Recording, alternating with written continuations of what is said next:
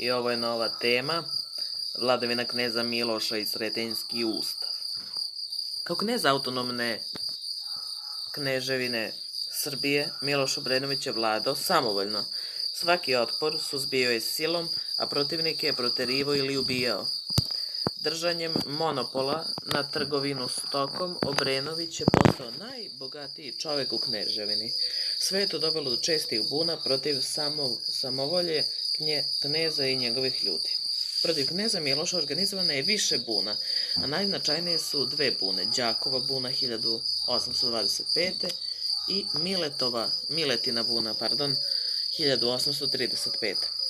Narod je zahtevao ličnu i imovinsku sigurnost, smanjenje poraza, ukidanje kuluka, to jest radne obaveze i slobodu trgovine.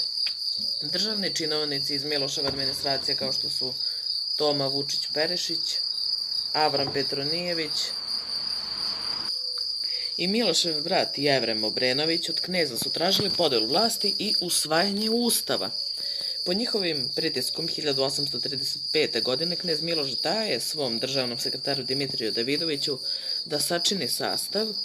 Ustav je nazvan Sretenjskim ustavom jer je donet na praznik Sretenje gospodnjeg 1835. godine. Svečano je objavljen u Narodnoj skupštini u Kragujevcu, tadašnjoj prestonici Kneževine Srbije.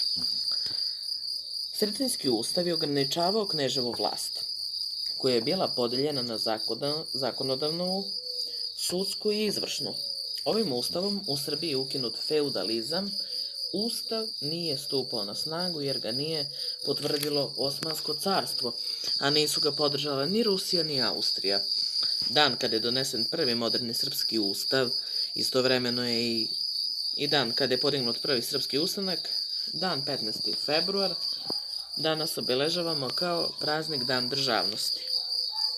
Dan državnosti Srbije je državni praznik koji se praznuje 15. i 16. februara, a ustanovljen je uz spomen na dan kada je na zboru u Orošcu 1804. godine podignut prvi srpski ustanak kao dan sećanja na početak srpske revolucije i tako se proslavila kao Dan ustavnosti Srbije. Novi ustav pod nazivom Turski ustav stupio je na snagu 1838. godine. Ustav je dobio takvo ime jer su ga pisali ruski i turski predstavnici. Miloš je to dozvolio jer se plašio uticaja opozicije. Uz vlast kneza uvodi se sovjet, to je savet od 17 članova predstavnika najuglednijih Srba koji su na dužnosti izabrani doživotno, a funkcija im je bila ograničavanje kneževe vlasti. Članovi sovjeta mogli su biti smenjeni samo po pristanku porte, to jest osmanske vlade. Osim toga, dozvoljena je sloboda trgovine, pa su odvojene politička i sudska vlast. Miloševi protivnici podržali su ustav koji je ograničavao vlast kneza, pa su zbog toga nazivani ustavobraniteljima. Godine 1839. knez Miloš odlazi iz Srbije jer se nije slagao sa odredbama novog ustava. Nasledio ga je bolesni sin Milan, on je ubrzno preminuo, pa je na vlast došao maloletni sin Mihajlo Obrenović, koji je vladao od 1839. do 1842. On je imao neki život zato što je na njega izvršen atentat 1868. i tu je odmah i preminuo. Sukob sa ustavobraniteljima se nastavio. Nakon što su podigli bunu protiv njega, 1842. Mihajlo odlazi za ocem u Austriju. Novi knez postao je Aleksandar Karađorđević od 1842. do 1858. Karađorđev sin, koji je vlast delio sa uticajnim ustavobraniteljima. Knjaževsko-srpski teatar u Kragujevcu osnovan 1835. godine. Tada je osnovan. Tako da preporučujem da posjetite, ali ajde sad da se mi vratimo na temu. Sad mi kao neki podnaslov privreda, kultura i svakodnevni život u Kneževini Srbiji. Posle ukidanja spahiluka u Kneževini Srbiji, život ljudi se postepeno menja. Seljaci koji su činili 90% ukupnog stanovništva kneževine postali su vlasnici zemlje i unapredili svoju poljoprivrednu proizvodnju. Na malim seoskim posjedima gajila se pšenica i kukuruz. Seljaci su trgovali stokom koja se najčešće izvozila u Austriju. U gradovima se razvijala trgovina i zanatstvo, gradovi postaju politička, upravna i kulturna središta kneževine i vremenom dobijaju moderna evropska obeležja s jačanjem građanstva i naglim napretkom privrede.